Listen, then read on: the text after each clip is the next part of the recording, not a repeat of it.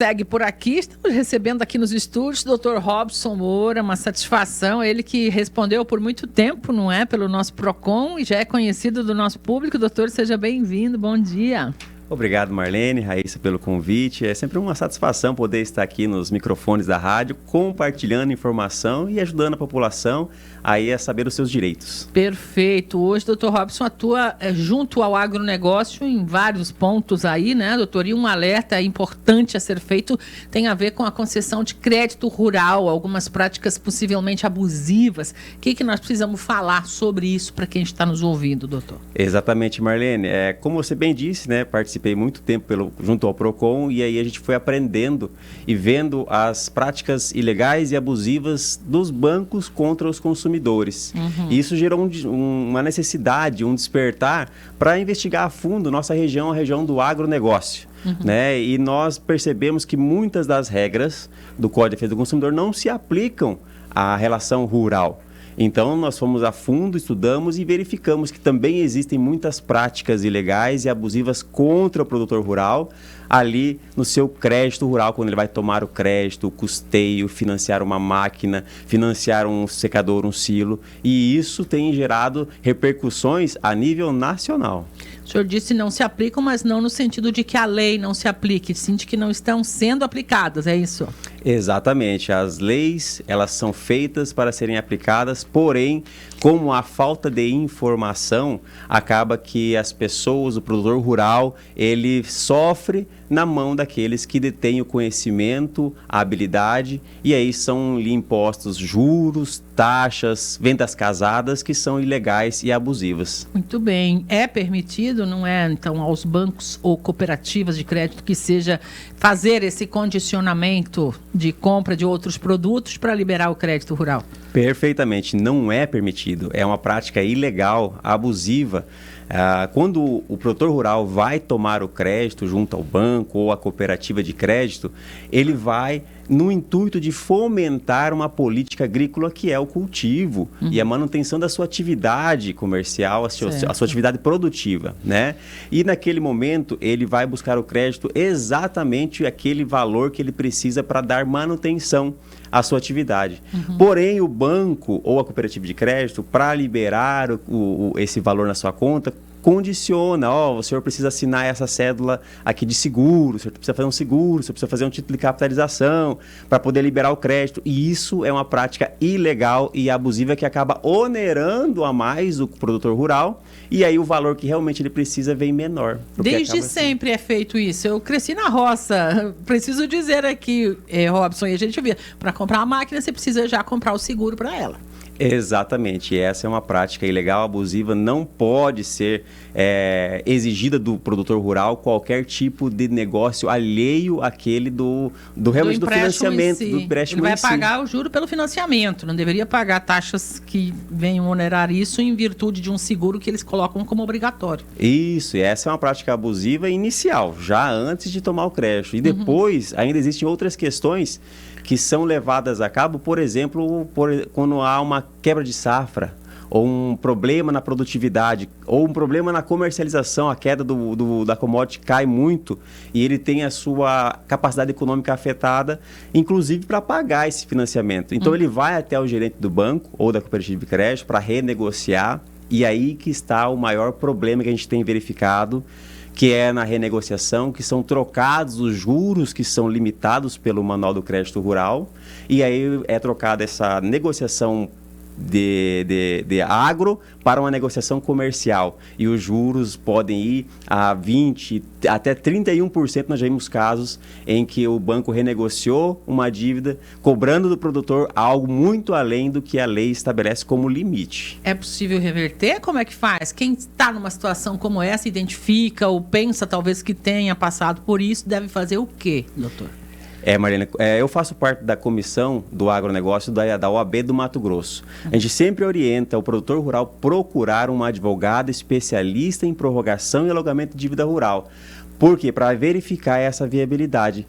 Pois acontece muitas vezes da safra, não é essa atual ter dado um problema, mas das safras passadas ter darem um problema na produtividade, e isso vem se tornando uma bola de neve. Ele vem renegociando ano a ano, safra a safra, pagando juros e juros, quando vê ele está perdendo até inclusive ao patrimônio e a propriedade por conta dessas práticas de juros abusivos. Mas é preciso olhar sempre quando está numa situação como essa, fazer uma análise completa para ver o que dá para fazer, legalmente falando. Sim, legalmente falando, o Manual do Crédito Rural protege o produtor rural nesse sentido e estabelece a reestruturação financeira do produtor rural se ele estiver num panorama de endividamento nesse sentido. Ou seja, que ele está já acumulando renegociações, tem como sim a gente verificar o ponto X, onde é que surgiu esse problema, e aí fazer toda a repactuação juridicamente desses contratos, inclusive reduzindo a dívida em até 80%. Então, é bastante importante o produtor rural procurar realmente um especialista para que ele possa analisar, fazer essa análise e aí conseguir essa medida, inclusive judicial, de suspender essa dívida, ser analisado e ele conseguir pagar. Até ter, Marlene, é importante, quando há esse pedido, a gente pode conseguir até 3 anos de carência para começar a pagar e 20 anos de prazo para pagar essa dívida e o produtor conseguir continuar a sua atividade, produzindo, sustentando, fomentando o agronegócio. Tem prazo para se olhar para isso, doutor Robson? Porque legalmente a gente sabe, algumas coisas prescrevem, um período que possa ter acesso, como é que isso está colocado nessa situação específica? O prazo, ele vai até 10 anos de hoje para trás. Então, toda a relação que ele teve na produtividade com os bancos é analisada até 10 anos para trás. A partir de 10 anos, aí já prescreveu, não tem mais como fazer nada. Mas de 10 anos para cá, a gente consegue, sim, repactuar, entrar com esse alongamento de vida rural e ajudar o produtor rural a conseguir a manutenção da sua atividade. Pode dar uma melhorada boa e evitar aquela dificuldade de continuar produzindo, porque isso acaba impactando, né, doutor, em toda a economia aqui para nossa região, principalmente, né? Exatamente. O produtor, costumo falar assim, que é um homem de muita fé, né? A gente precisa valorizar ele porque ele pega uma semente, coloca na terra e ele já sai fazendo negócios como se aquilo já estivesse dando resultado. Mas ele é uma empresa a céu aberto. Tem muitos fatores que não dependem exclusivamente dele. E esses fatores, pela legislação, podem lhe dar o direito de renegociar de forma justa, sem que onere o caixa, aperte o caixa dele, ele consiga dar fôlego e trabalhar e ir pagando as suas dívidas. O produtor rural, ele quer pagar suas dívidas, mas ele tem um sistema que não é igual a um comércio, que todo dia está entrando dinheiro. Ele tem uma safra, 2, alguns 3 com um pivô e tudo mais. Mas esse manual de crédito rural, ele protege, ele lhe dá condições de ele poder cumprir com a sua atividade, fazer o fomento da sua atividade e plantar e colher bem para pagar suas dívidas e continuar produzindo. Importante procurar a orientação adequada, né, doutor? Exatamente, sempre. Falando em produção rural, uma medida que está aí repercutindo bastante neste meio também, vem do próprio Ministério Público do Trabalho, pedindo que se troque chapéu de peão por capacete de peão. Como é que é isso, doutor Robson? Me parece que é uma investida assim um pouco até difícil de lidar pela nossa cultura em relação a isso, né, doutor?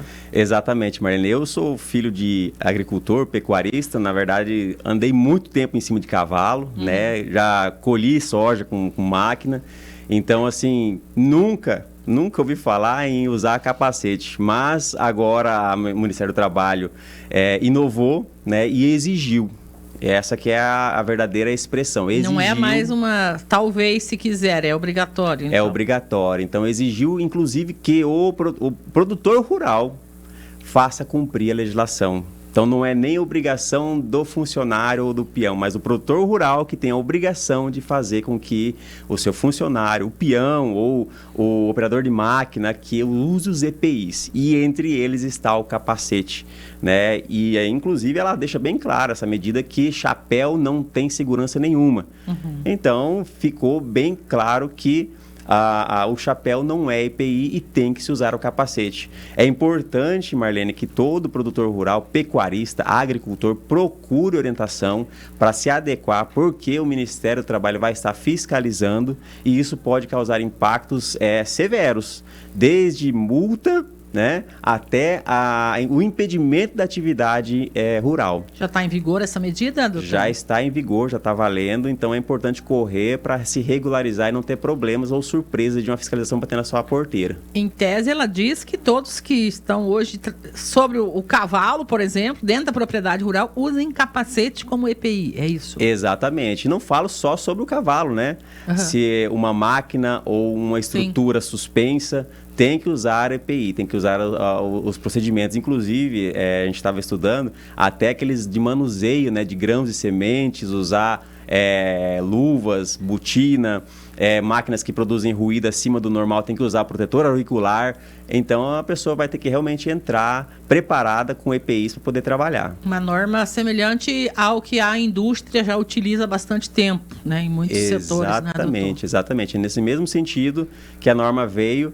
E a nossa preocupação maior é com as sanções, né? Então, o produtor rural, se puder, já vá atrás da assessoria jurídica que ele compreende que vai lhe ajudar a organizar a sua empresa que faz a sua auditoria trabalhista para poder já orientar e ver aonde que são as necessidades para cumprir a legislação. Isso é uma norma específica publicada em relação ao trabalho no Brasil. Exatamente. Está em vigor desde o começo do ano ou desde quando? Desde o dia 2 de fevereiro. 2 de fevereiro. Exatamente. Ontem, por exemplo. Ontem, né, basicamente. Então, gente, isso é muito novo, né? Muito, eu tenho certeza que muitos serão pegos de surpresa aí ouvindo isso aqui. Perdão, foi dia 28 de janeiro começou a valer essa norma. Do dia 2 de fevereiro começou a valer a fiscalização por satélite. Ou seja, já está fiscalizando. Então, se enxergar o peão na fazenda andando em cima do cavalo de chapéu, pode dar problema pelo satélite. Pelo satélite, na verdade pelas fiscalizações. E pelo satélite, o CAR agora, ele é um documento obrigatório para que o fazendeiro, o produtor rural, consiga acesso à linha de crédito. Então, é o cadastro ambiental rural. Exatamente, tem que estar regularizado, não pode ter nenhuma atividade que depois de 2019 para cá que não está atualizado no CAR. Por exemplo, alguma abertura de área, algum manejo que ele fez ali na sua propriedade para poder aumentar, ele tem que estar tudo já organizado, regularizado no CAR, atualizado, porque se a imagem de satélite verificar que ele empurrou um pouquinho ali na beirada, né, e não está no CAR, ele já vai ter uma dificuldade real de ter acesso ao crédito rural. Fica meio que embargado aquele espaço ali para poder pegar esse crédito. É difícil, hein, doutor? Tem que ficar muito de olho aí, né? Porque até então o crédito rural, ele era, como que ele era? Era subjetivo. O produtor produz muito bem, então ele tem crédito. Ele levava lá seus relatórios, né, os seus projetos, e tudo isso era subjetivo. O banco analisava e concedia o crédito. Sim. Agora são requisitos objetivos, ou seja, o CAR dele, o documento dele tem que estar atualizado, regularizado, para que ele possa ir para a fase seguinte de tomar o crédito. Perfeito, doutor. Obrigada pelas orientações. Algo mais que seja importante a gente dizer nesse momento para esse setor que está trabalhando muito já na colheita aí do soja agora aqui na região?